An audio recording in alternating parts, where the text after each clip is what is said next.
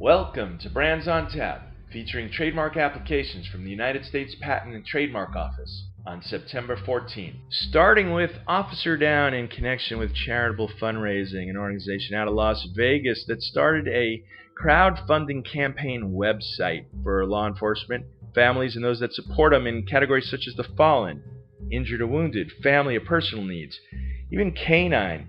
Some campaigns to raise money for bulletproof vests for some of the canines. This officer requiring more medical treatment, burns sustained while trying to apprehend the suspect. This officer out of Georgia, shot in the line of duty, killed as he responded to a call of an armed suicidal man. Everyday, competent professionals living up to their duty and oath to protect and serve us, the public. This is such an important online resource.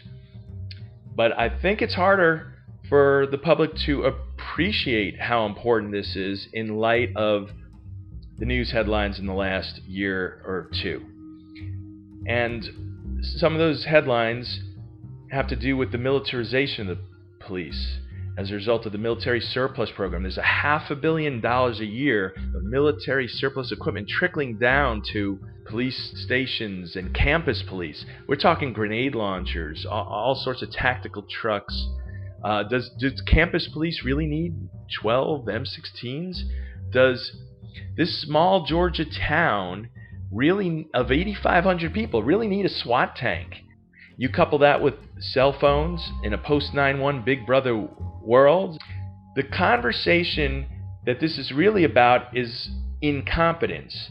And this is not about police anymore. We're talking about any service professional, any civil servant. We're talking about teachers, doctors, lawyers, dentists, heck, even public officials. Why is incompetence being protected and in some cases even being rewarded in society? We should have zero tolerance for incompetence. It should be immediately identified and throw every resource to train.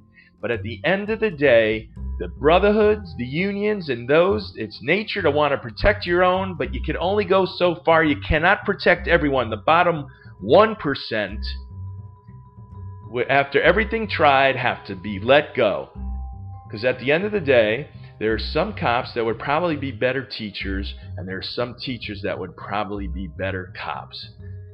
You can't save everyone, and that is the larger conversation that we should, for as brave as these competent professionals are on the front line every day, we should be brave in the public to have a real honest conversation and get to the bottom, the heart of what is ailing this country so we can heal.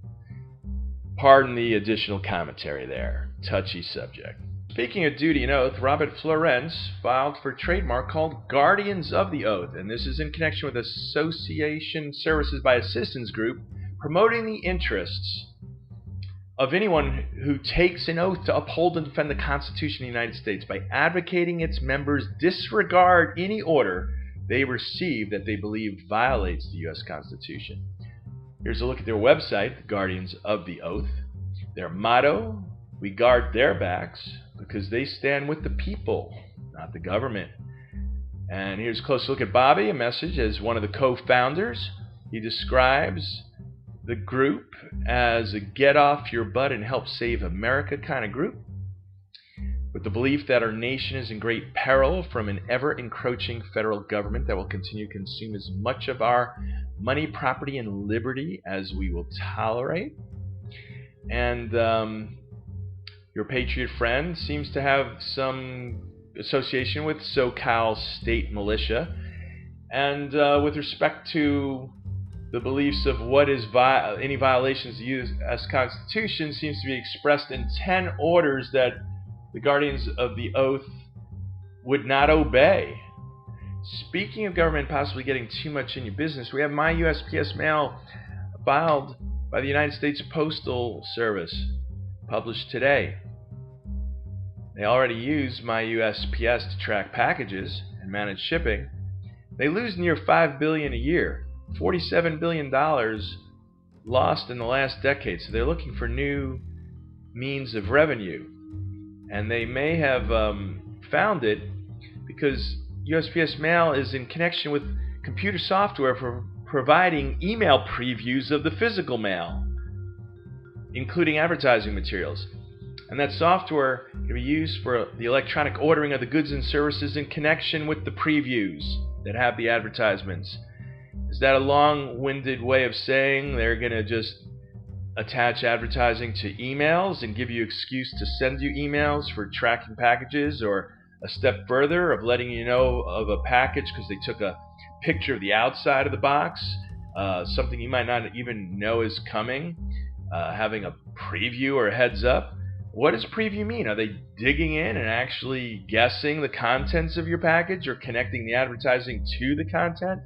Unknown. It's really unclear. Here they talk about previews to include letters, packages, the advertising materials. So I guess it remains a question. There's no press release on it. How much do they want to get in your business? Will this be something they're rolling out big? Is this the next new thing that they're going to try to do to make more money, to lose less money? Well, we'll have to wait and find out. Well, thanks for tuning in. Give us a thumbs up if you liked what you saw. And please provide any thoughts, comments, any suggestions, ideas to help us make better videos for you going forward. To see future episodes, click on the subscribe button to the Brands on Tap channel. And lastly, if you really love what you saw and want to let someone else know about it, it's as simple as clicking the share button here. You can either paste the address or send it to Facebook, Twitter, or any other social media that you're using. You can even send via email too. Again, thank you for your time and support. Have a great day.